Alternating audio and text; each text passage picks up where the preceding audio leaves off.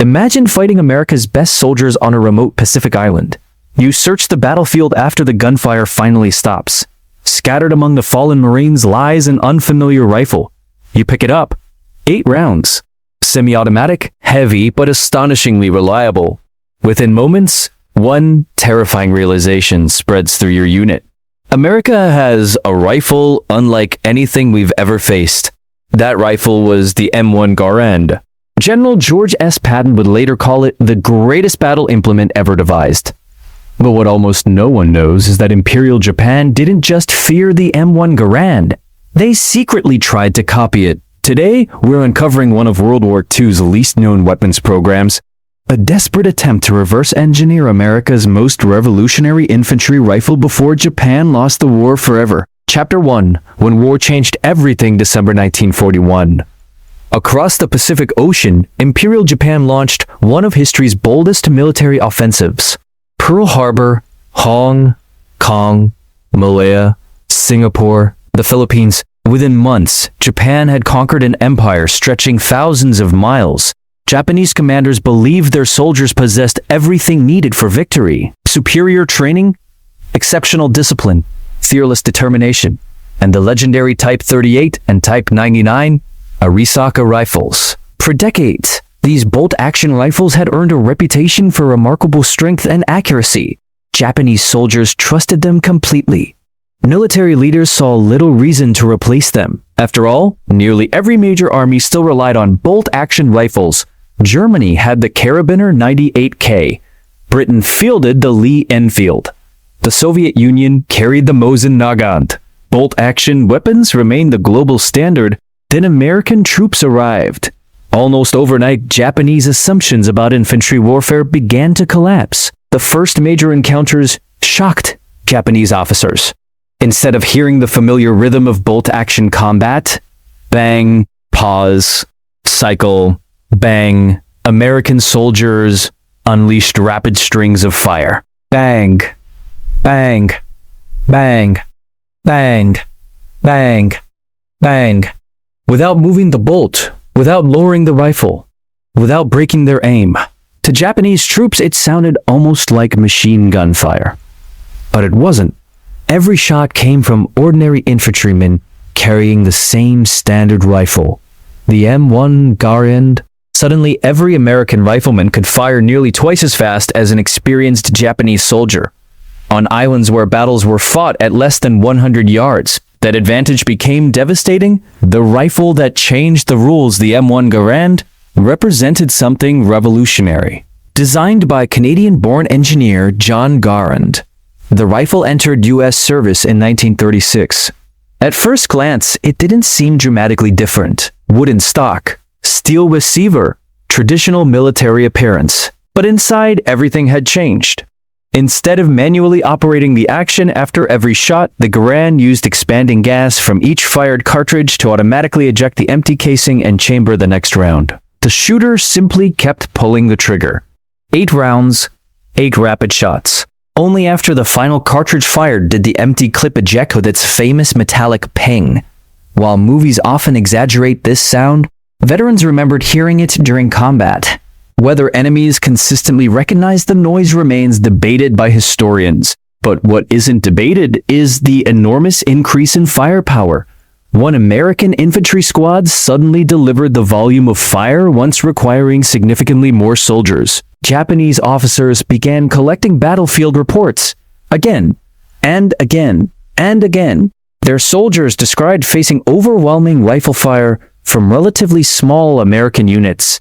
The reports weren't exaggerations. America had fundamentally changed infantry combat. Islands of fire, the Pacific wasn't Europe. Dense jungles, steep volcanic ridges, coral beaches, thick vegetation. Most engagements happened surprisingly close. Sometimes only 30 yards apart, sometimes even closer. In these brutal conditions, rate of fire often mattered more than extreme long-range accuracy. The Garand excelled during battles like Guadalcanal. American Marines repeatedly held defensive positions against determined Japanese assaults. Japanese attacks relied on speed, courage, and aggressive tactics. But charging towards soldiers armed with semi-automatic rifles, often proved catastrophic. Every advancing wave encountered relentless, accurate rifle fire. American defenders simply fired faster, reloaded faster, recovered faster, again and again. Japanese survivors reported seeing Americans maintain an almost continuous stream of aimed shots. Some believed the Americans had far more machine guns than they actually possessed. Many didn't realize ordinary riflemen created much of that firepower. Japanese officers began asking questions. Military intelligence officers started collecting captured American weapons whenever possible. Every rifle became valuable. Engineers disassembled them piece by piece. They measured every component, studied every spring, examined every gas cylinder, every locking lug, every machining mark. Nothing escaped attention. The goal wasn't admiration, the goal was understanding. How had America created a rifle that combined reliability, power, accuracy, and semi-automatic operation? Japanese weapons engineers quickly realized something uncomfortable. This wasn't merely a better rifle. It represented an entirely different philosophy of warfare. A hard truth: Japan possessed brilliant engineers. Its navy produced world-class warships. Its aircraft designers built the famous Mitsubishi A6M0. Its optics manufacturers ranked among the world's finest. But building advanced semi-automatic rifles required something different. Mass industrial production, extremely precise machining, consistent metallurgy, complex manufacturing processes, large supplies of high-quality steel. America excelled in every one of those categories. Japan increasingly struggled with all of them. As the war expanded across Asia and the Pacific, resources became scarcer, factories faced bombing, shipping routes collapsed, raw materials disappeared, yet military leaders still demanded new weapons. One question kept returning: could Japan build its own version of America's remarkable rifle? The secret dictation: the answer wasn't simple. Officially, Japan continued issuing bolt-action Arisaka rifles. Publicly, military planners emphasized traditional weapons. Privately, a quiet effort began. Captured M1 Garands disappeared into government arsenals. Research facilities received unusual deliveries. Weapon specialists received confidential assignments. Documents circulated among select engineers. Few outside the program understood what was happening. Even today, surviving records remain incomplete. Some disappeared during the war. Others were destroyed deliberately before Japan surrendered. But enough evidence survived to reveal the truth. Japan had begun studying America's greatest infantry weapon, not merely to understand it, but to reproduce it. What followed became one of the most ambitious and ultimately desperate small arms projects of World War II. And if it had succeeded earlier, combat across the Pacific might have looked very different. A rifle worth stealing by 1943, the Pacific War had entered a dangerous new phase. Japan was no longer expanding. Instead, it was fighting to survive. The victories that had stunned the world in 1941 were becoming distant memories. American shipyards were launching new warships at an incredible pace. Aircraft factories were producing thousands of fighters every month, and every newly trained U.S. soldier arrived carrying the same deadly weapon, the M1 Garand. To Japanese military planners, the message was impossible to ignore. America wasn't winning because of one miracle weapon. It was winning because every part of its military, from factories to logistics to infantry rifles, worked together with remarkable efficiency. If Japan hoped to slow the American advance, it needed better weapons. Fast, captured on the battlefield, every major battle became an opportunity. Japanese recovery teams searched abandoned positions after combat. They weren't just looking for ammunition or food. They were looking for American technology, damaged radios, machine guns, mortars, and above all, intact M1 Garand rifles. Even rifles with shattered stocks or bent barrels were considered valuable. What mattered was the mechanism inside. The Army Technical Bureau quietly shipped captured examples back to research facilities in Japan. There, the rifles were cleaned, photographed, measured, and carefully disassembled. Nothing was rushed. Every spring was catalogued. Every screw measured. Every machining mark examined under magnification. Engineers weren't simply copying a rifle. They were trying to understand the engineering philosophy behind it. The man Diso designed America's Mirepoix Crate. All Japanese engineers studied the Garand. They developed a new appreciation for its creator. John Garand had spent years perfecting the design. His rifle wasn't assembled from random ideas. Every part depended on another. The gas system controlled pressure with remarkable consistency. The rotating bolt locked securely under enormous force. The operating rod synchronized every movement with precise timing. Nothing inside the rifle was accidental.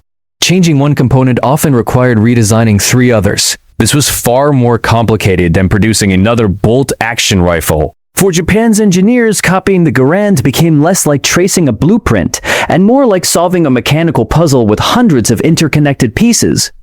The first shock, the engineers quickly discovered that appearances could be deceiving. From the outside, the Garand looked simple. Inside, it was one of the most advanced infantry rifles in the world. The operating rod curved in a precise shape. The bolt rotated into hardened locking recesses. The gas cylinder had to withstand repeated explosions while maintaining exact tolerances. Even tiny manufacturing errors could stop the rifle from cycling. Japanese engineers realized they weren't just copying a weapon. They were attempting to duplicate years of American industrial experience. And that was far more difficult. A problem of ammunition, then another obstacle appeared. The Garand fired the powerful .306 Springfield cartridge. Japan didn't manufacture that ammunition. Its standard infantry cartridge was the 7.7 times 58 mm Arisaka. Although similar in size and power, it wasn't identical. Dimensions differed. Case shape differed. Pressure characteristics differed. Feeding geometry differed. That meant Japan couldn't simply build an exact copy of the Garand. The rifle had to be redesigned to function with Japanese ammunition. At first glance, that sounded manageable. In reality, it changed almost everything. The magazine geometry, the chamber dimensions, the extractor, the bolt face, the feeding angle, the gas system. Every modification introduced another engineering challenge. The clip that caused Hadach's one feature fascinated Japanese engineers more than any other. The Garand's 8-round en bloc clip. Unlike a detachable magazine, the clip became part of the feeding system. The clip became part of the feeding system. Insert the loaded clip, push downward. The bolt slammed forward, and the rifle was instantly ready. After the 8th shot, the empty clip automatically ejected. Simple for the soldier, extremely difficult for the engineer. The clip had to position every cartridge perfectly. Even slight dimensional errors caused feeding failures. Japanese designers debated whether to copy the system exactly or create something different. In the end, they stayed surprisingly close to the American design. It was one of the few systems already proven in combat. The factory problem designing the rifle was only half the battle. Building thousands of them was another story entirely. By 1944, American bombers were appearing over Japan with increasing frequency. Factories worked under blackout conditions. Electric power became unreliable. Machine tools wore out faster than they could be replaced. Experienced workers were drafted into military service. Raw steel became scarce. Even transportation inside Japan grew increasingly difficult. Every month, production targets became harder to meet. The engineers understood the irony. They were attempting to copy a rifle produced by the world's greatest industrial power. At the exact moment, their own industrial base was beginning to collapse. A race against time despite overwhelming challenges. The project continued. Prototype parts slowly emerged from workshops. Receivers were machined. Bolts were fitted by hand. Stocks were shaped. Gas systems tested. Nothing moved quickly. Each improvement revealed another problem. A bolt failed to lock. A spring broke. A cartridge jammed. Gas pressure cycled too violently. Another redesign followed. Then, another redesign followed. Then, another. Unlike America, Japan couldn't afford months of trial and error. Every week mattered. American forces were moving steadily across the Pacific. Saipan, Guam, the Philippines, Iwo Jima loomed ahead. The engineers knew exactly what those battles meant. Time was running out. The weapon takes shape eventually. A functioning prototype appeared. Externally, it looked unmistakably familiar. A functioning prototype appeared. Externally, it looked unmistakably familiar. A wooden stock. Semi-automatic action, gas-operated system. Yet it wasn't an exact copy. The rifle reflected Japanese manufacturing methods and Japanese ammunition. Today, historians know it as the Type 5 rifle. Though wartime documentation is limited, and some surviving records use different terminology, only a tiny number would ever exist. Most soldiers would never even see one. But those prototypes prove something remarkable. Japan's engineers had accomplished what many believed impossible. They had built a working semi-automatic rifle inspired by America's M1 Garand. The real question was no longer, can Japan copy the Garand? It became, can Japan build enough of them before the war ends? The war outside the workshop. While engineers refined the prototype, events outside the laboratory moved far faster. American submarines strangled Japanese shipping, B-29 bombers devastated industrial cities, oil shortages crippled transportation, food became scarce, factories disappeared beneath firestorms, every new air raid delayed production, every destroyed railway interrupted deliveries. The rifle project continued, but now it existed inside a nation fighting for survival. Even the greatest design could not overcome a collapsing industrial system. The clock was ticking, and history was running out of time. A weapon born from desperation by early 1945? Japan had achieved something few believed possible. After months of studying captured American rifles, redesigning components, and overcoming countless engineering obstacles, a new weapon finally emerged from the workshop. It wasn't simply another Arisaka, and it wasn't an exact copy of the M1 Garand. It was Japan's own interpretation of America's revolutionary battle rifle.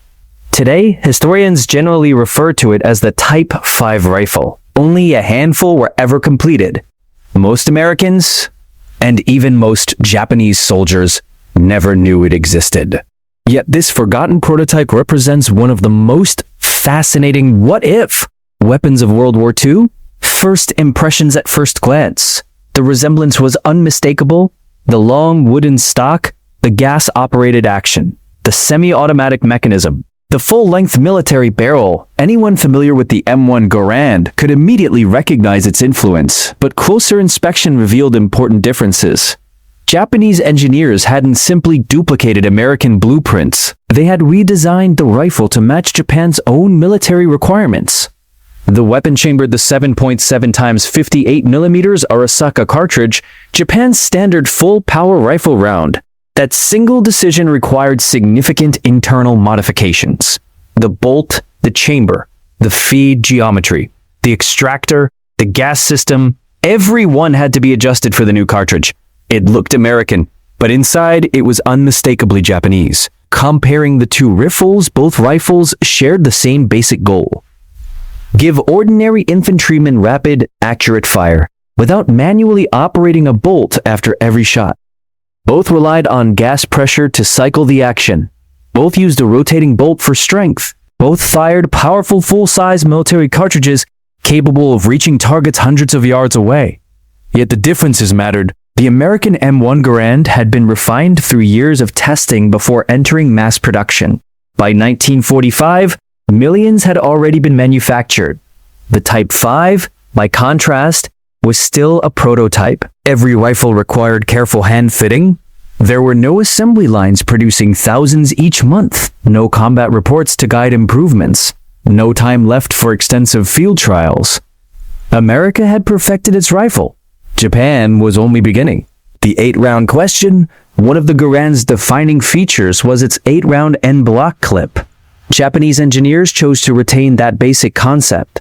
This decision surprised many historians. Japan had several opportunities to design a completely different feeding system. Instead, engineers concluded that the American design worked exceptionally well. The clip loaded quickly. It simplified manufacturing compared with detachable box magazines. It reduced the number of separate components a soldier had to carry.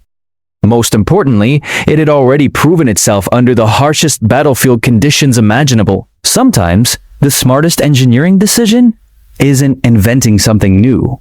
It's recognizing when your opponent already solved the problem, couldn't match the Garand? On paper, the Type 5 looked promising. It offered semi-automatic fire. It fired a powerful cartridge. Its sights reflected Japanese experience with long-range marksmanship. The rifle appeared solidly constructed despite Japan's worsening industrial conditions, but appearances don't tell the whole story. Reliability wins wars. The Garand had earned that reputation across North Africa, Europe, and the Pacific. It functioned in mud, rain, sand, snow, volcanic ash. Its reputation wasn't built in a laboratory. It was built in combat. The Type 5 never had that opportunity.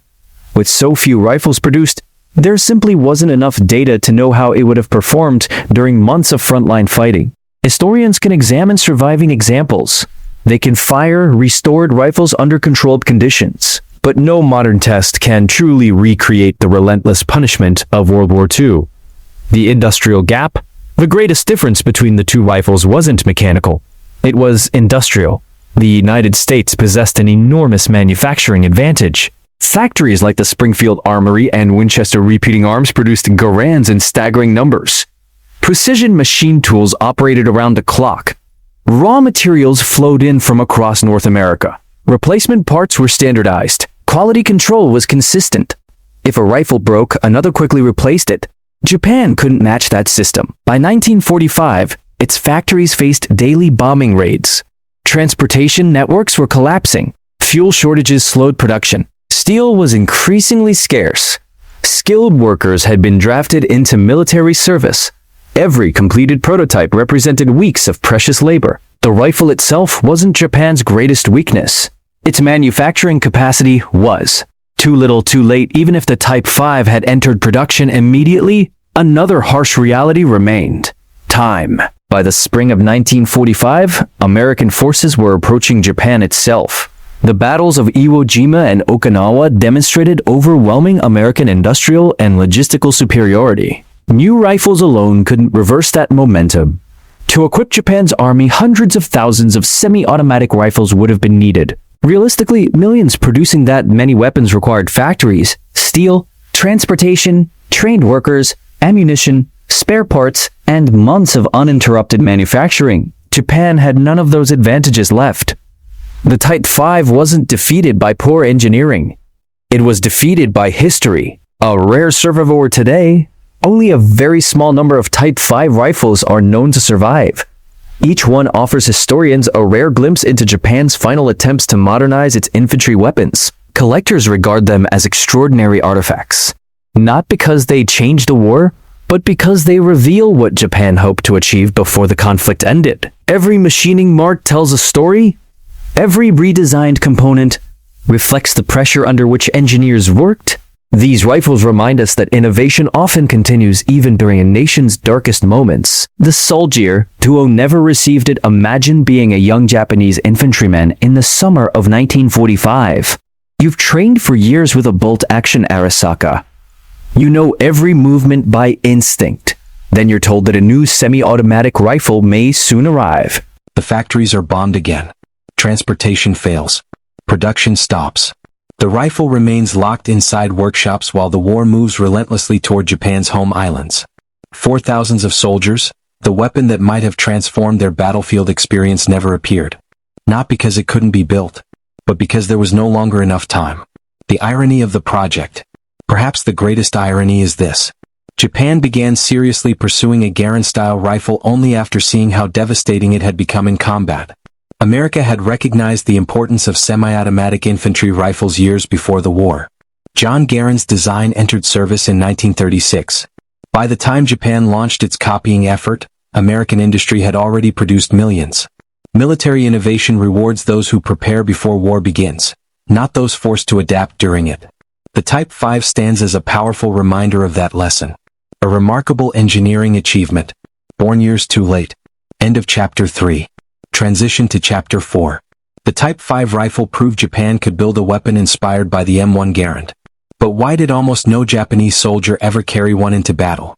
In the next chapter, we'll uncover the devastating combination of bombing, resource shortages, and collapsing industry that doomed the project, and why one of World War II's most ambitious rifle programs vanished before it could change history. Yes. Chapter 4, Why Japan's Garand copy never reached the front lines. Approximate 1,100 words cinematic documentary USA audience. A weapon that arrived too late. By the middle of 1945, the Type 5 rifle was no longer Japan's biggest problem. The nation itself was collapsing. American bombers dominated the skies. Japanese cities burned night after night. Factories that had once produced aircraft, tanks, and rifles were reduced to twisted steel and smoking rubble. Even if the Type 5 proved to be an excellent weapon, there was no longer an industrial system capable of building enough of them. Japan hadn't lost the race because of poor engineering. It had lost because time had run out. America's unstoppable war machine. While Japanese engineers struggled to finish a handful of prototypes, American factories were operating on a completely different scale. Every hour, new Garand rifles rolled off assembly lines. New Sherman tanks left factories. New aircraft carriers entered the Pacific. Thousands of aircraft were delivered every month. Millions of rounds of ammunition crossed the Pacific without interruption. The United States wasn't simply producing weapons. It was producing them faster than any nation in history. For every experimental Japanese rifle completed, America had already manufactured thousands of proven M1 Garands.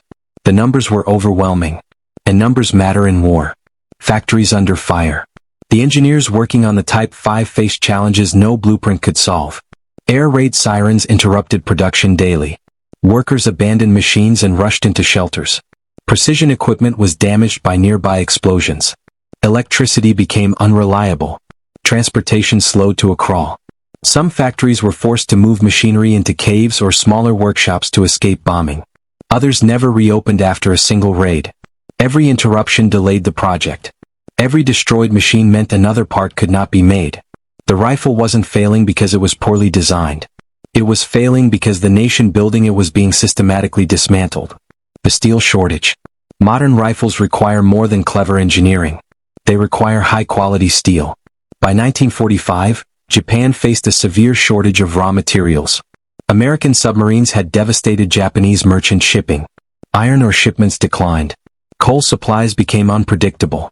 Fuel shortages affected nearly every factory. Even when engineers knew exactly how to manufacture a component, they often lacked the materials needed to produce it. Some factories began recycling damaged weapons. Others salvaged metal from destroyed equipment. Nothing went to waste. But recycled materials couldn't replace a steady industrial supply chain. Without steel, even the best rifle design remained little more than an idea. Skilled hands were disappearing. Another crisis quietly unfolded inside Japan's factories. Many experienced machinists had joined the military years earlier. Others had been killed in air raids. Their replacements worked tirelessly, but complex firearms demanded years of specialized experience. A semi-automatic rifle isn't assembled like a simple tool. Its moving parts must fit together with extraordinary precision. A fraction of a millimeter could determine whether a rifle functioned flawlessly or jammed after the first shot. Every missing expert slowed production. Every inexperienced worker increased the risk of manufacturing errors. The Type 5 required craftsmanship. Japan increasingly lacked the craftsmen. The war was changing. By the summer of 1945, military priorities shifted dramatically. Japan no longer planned large overseas offensives. Instead, leaders prepared for the possibility of an Allied invasion of the Japanese home islands. Resources flowed toward immediate defensive needs. Anti-aircraft guns, fortifications, ammunition, explosives, emergency aircraft production. Experimental rifle projects became far less important than weapons already in mass production. Even if the Type 5 showed promise, there simply wasn't enough time to reorganize the entire Japanese infantry arsenal. The war had entered its final chapter. How many were actually built? This question still fascinates historians. Unfortunately, no complete production records survive. Many official documents were destroyed before Japan's surrender. Others disappeared during the chaos that followed. Most historians agree that only a very small number of Type 5 rifles were completed, likely just prototypes and limited pre-production examples. Certainly not thousands. Probably not even hundreds. That makes surviving rifles extraordinarily rare. Each one represents a project that almost vanished from history. A glimpse into an alternate war. It's tempting to imagine a different outcome. What if Japan had introduced the Type 5 in 1942 instead of 1945? What if thousands of Japanese infantrymen had carried semi-automatic rifles during Guadalcanal, Saipan, or Iwo Jima?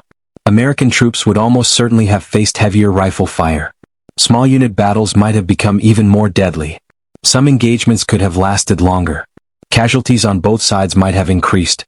But historians generally agree on one important point. A new rifle alone would not have changed the outcome of the Pacific War. The United States maintained overwhelming advantages in industrial production, naval power, logistics, radar, code breaking, and air superiority. Weapons influence battles. They rarely determine wars by themselves. The silent end of the project. Then came August 1945. On August 6th, the city of Hiroshima was devastated by the first atomic bomb used in war. 3 days later, Nagasaki suffered the same fate. At the same time, the Soviet Union entered the war against Japan, launching a massive offensive in Manchuria. Faced with catastrophic losses and no realistic path to victory, Japan accepted the terms of surrender. The fighting ended. So did the Type 5 project. No mass production. No combat deployment. No opportunity to prove itself on the battlefield. The rifle quietly disappeared into history. Discovered by the victors. After the surrender, Allied occupation forces inspected Japanese military facilities. Among the captured equipment were several unusual semi-automatic rifles. American ordnance officers immediately recognized something familiar. The layout. The operating system. The overall design. These weren't exact copies of the M1 Garand. But the influence was unmistakable. For many American engineers, it was a remarkable discovery. Even in the final months of the war, Japanese designers had continued searching for ways to match American technological advances. The Type 5 became more than a rifle. It became evidence of respect. Not admiration for an enemy, but recognition that the M1 Garand had fundamentally changed infantry warfare. A lesson written in steel. The story of the Type 5 isn't ultimately about copying another nation's weapon. It's about the race between innovation and time. Japan possessed talented engineers, creative designers, determined workers. But innovation delayed is often innovation denied. By the time the Type 5 was ready, the factories were burning. The supply lines were broken. The empire was collapsing. The rifle had arrived. For a war that was already ending. End of Chapter 4. Transition to Chapter 5, Final Chapter. The Type 5 rifle never fired a shot in combat, but its story didn't end with Japan's surrender. In our final chapter, we'll explore the surviving rifles, separate myths from historical fact, and reveal why this forgotten weapon remains one of the rarest and most fascinating firearms of World War II, along with the lasting legacy of the American M1 Garand. Yes. Chapter 5, The Forgotten Rifle, The Legacy of Japan's Type 5 and the M1 Garand. Approximate. 1,100 words, cinematic documentary, USA audience, final chapter. A war ends. A mystery begins. When Emperor Hirohito announced Japan's surrender on August 15, 1945, the guns across the Pacific slowly fell silent. For millions the war was over. But inside abandoned arsenals and weapons laboratories, another story remained hidden. Scattered among stacks of unfinished rifles and half-completed machinery were several unusual firearms unlike any standard Japanese weapon. To Allied investigators they looked strangely familiar. The wooden stock. The long gas-operated action. The unmistakable silhouette. It was immediately clear that Japan had been trying to build something inspired by America's legendary M1 Garand. For decades, very few people knew these rifles even existed. The surviving prototypes. Unlike the millions of M1 Garands produced during World War II, only a handful of Type 5 rifles survived. Most prototypes were never completed. Some were dismantled. Others were destroyed during bombing raids. A few disappeared during Japan's surrender. The surviving rifles eventually found their way into military museums and private collections. Today they are among the rarest World War II firearms in existence. Collectors rarely encounter one. Historians carefully study every surviving example. Each scratch, each machining mark. Each unfinished component tells the story of a nation desperately racing against time. What the Type 5 really proved. Some people assume the Type 5 proves Japan lacked original engineering. The historical record suggests something more complex. Japan had already demonstrated remarkable innovation throughout the war. The Mitsubishi Zero became one of history's most famous fighter aircraft. The Long Lance torpedo stunned Allied navies with its exceptional range and power. Japanese optical equipment ranked among the finest in the world. The Type 5 wasn't created because Japanese engineers lacked imagination. It was created because they recognized a battlefield reality. The M1 Garand had changed modern infantry combat. Ignoring that fact would have been a costly mistake. Learning from it became a military necessity. The rifle that changed infantry warfare. The M1 Garand didn't merely outperform earlier rifles. It transformed the expectations placed on every infantry soldier. For generations, bolt-action rifles had dominated military thinking. Fire. Cycle the bolt. Reacquire the target. Fire again. The Garand removed an entire step from that process. It allowed ordinary riflemen to maintain accurate fire while keeping their sights on the enemy. That advantage saved lives. American squads could suppress enemy positions more effectively.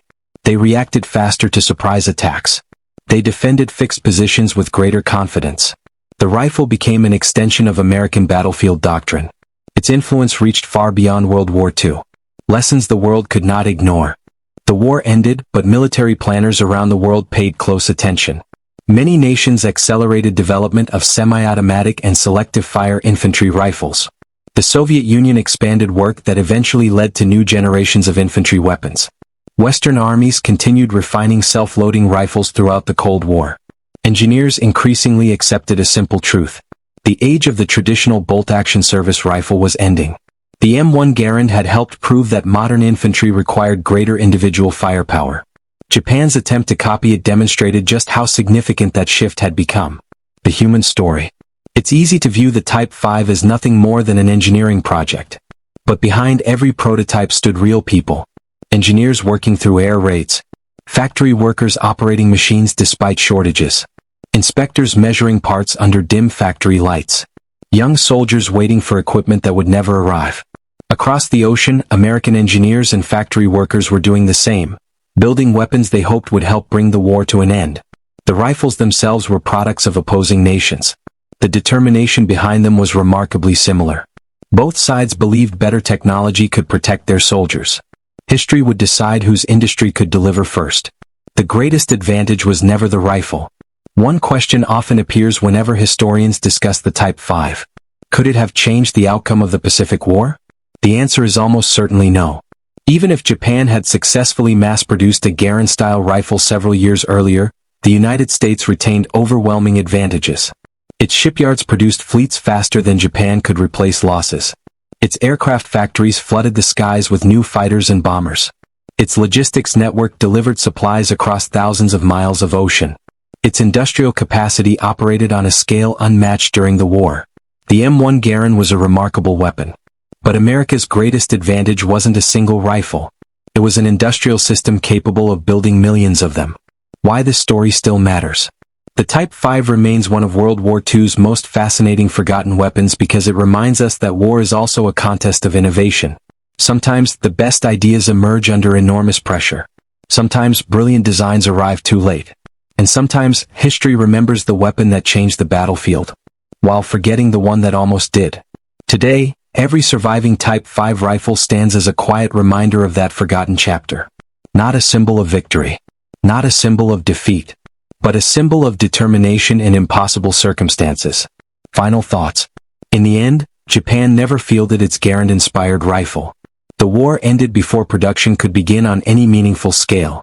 The M1 Garand continued serving American forces through the Korean War and earned a permanent place among the greatest military firearms ever designed.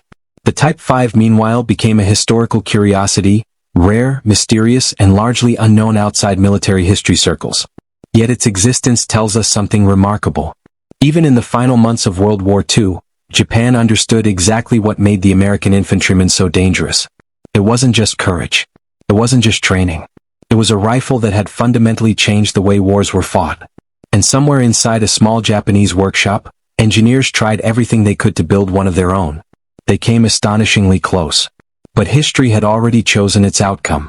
The story of the Type 5 rifle reminds us that victory in war depends on far more than a single weapon. Innovation, industry, logistics, and timing all shape history, and sometimes the most fascinating stories are the ones that almost changed everything. If you enjoyed this deep dive into one of World War II's hidden stories, make sure to subscribe for more cinematic military history documentaries covering forgotten weapons, secret operations, and the untold battles that shaped the modern world. Until next time.